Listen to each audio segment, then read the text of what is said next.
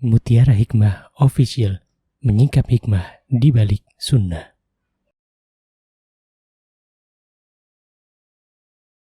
Salurkan donasi terbaik Anda untuk mendukung dakwah Mutiara Hikmah Official.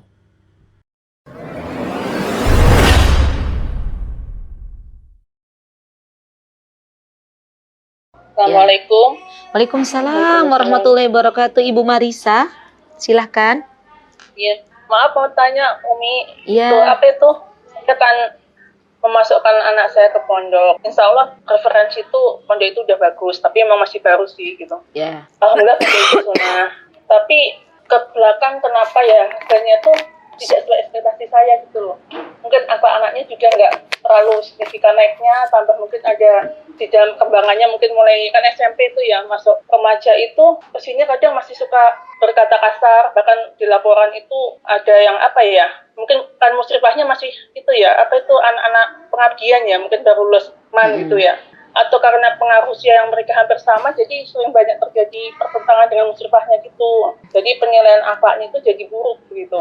Itu karena memang saya memilih yang salah atau memang anak saya yang bermasalah, saya juga nggak ngerti. Nah, tapi kalau menurut versi anak saya itu memang temannya juga banyak yang begitu, bahkan ada yang sebagian ya agak self injury itu ada gitu loh. Itu kenapa gitu, saya juga sampai sekarang masih bingung masalahnya di mana, apa di anak saya atau misalnya belum matang sistemnya atau bagaimana. Baik.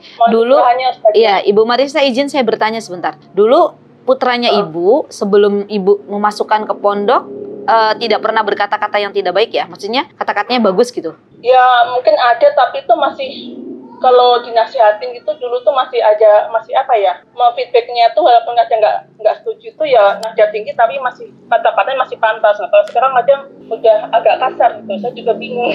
Baik Ibu, baik. Terima kasih, jazakillahu khair. Teman-teman yang saya cintai karena Allah, pertama yang harus kita pahami bahwa anak-anak usia SMP, ya usia berarti lulus SD, itu adalah anak-anak yang memang mereka sedang berani mencoba gitu loh. Jadi kalau saya begini gimana ya? Kalau saya begini gimana ya? Dan mereka sedang mencari gitu, mencari kira-kira mana sih yang benar, teman ini bisa diikuti apa enggak? Coba deh saya mau mau berteman dengan fulan gitu. Saya juga pernah dulu Ibu ngajar di sebuah boarding school di pondok pesantren di Yogyakarta, dan saya melihat kasus itu lebih banyak di ranah SMP daripada di ranah SMA ya. Karena memang subhanallah anak-anak SMP ini masih labil.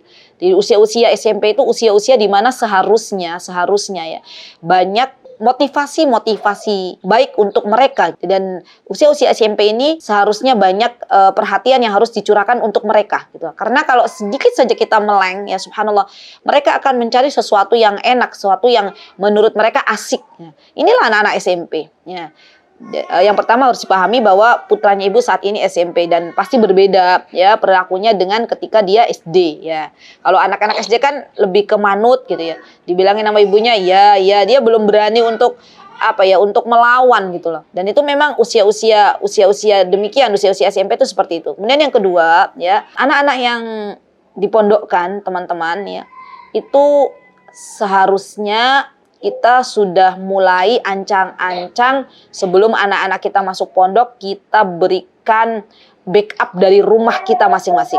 Ya, kita sudah mulai nih mendidik anak-anak kita bahwa kalau berkata-kata, berkatalah yang baik. Atau kalau kamu nggak bisa berkata yang baik, diam.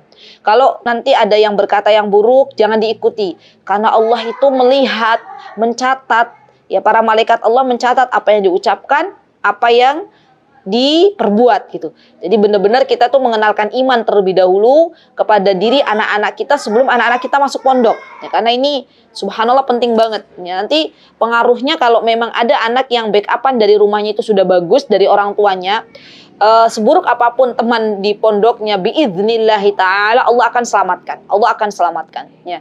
Yang banyak teman-teman, ibu-ibu, saya karena pernah dulu saya bukan musyrifah tapi mengajar, hanya waktu istirahat tuh saya banyak diajak ngobrol sama anak-anak gitu ya. Yang banyak terjadi, kenapa anak-anak pondok itu banyak terpengaruh oleh kawannya, karena waktu mereka ke pondok, mereka tuh belum mendapatkan nasihat-nasihat, bukan nasihat terbaik ya, backupan dari orang tua gitu loh. Jadi orang tua mengira bahwa anakku akan selamat di pondok. Dan ternyata anaknya sampai di pondok karena dia belum ada ilmu, belum ada backupan dari rumah gitu. Akhirnya mudah sekali ikut teman-temannya, kawan-kawannya. Dan kita tahu yang di pondok itu kan dari beragam jenis latar belakang orang tua, latar belakang keluarga gitu ya. Ada yang broken home juga ada yang dia juga mengalami kehilangan orang tua dari kecil gitu kan ada. Jadi bermacam-macam. Nah, pesan untuk teman-teman yang akan memondokkan anak, tolong anak-anaknya sebelum dipondokkan benar-benar diberikan ilmu tentang iman, bagaimana beriman kepada Allah, bagaimana merasa takut kepada Allah, itu dulu ya. Ini nanti anak-anak kita bukannya terwarnai, malah insya Allah mewarnai. Baik.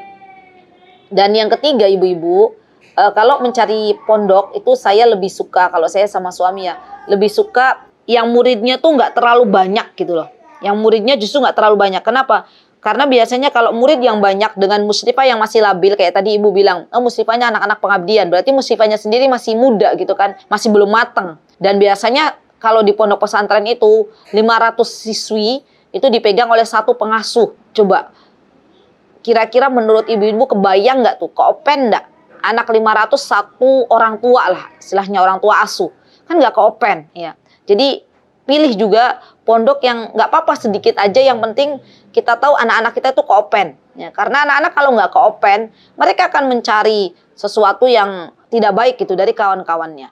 Begitu ya ibu ya, wallahu taala a'lam. Mutiara Hikmah Official, menyingkap hikmah di balik sunnah.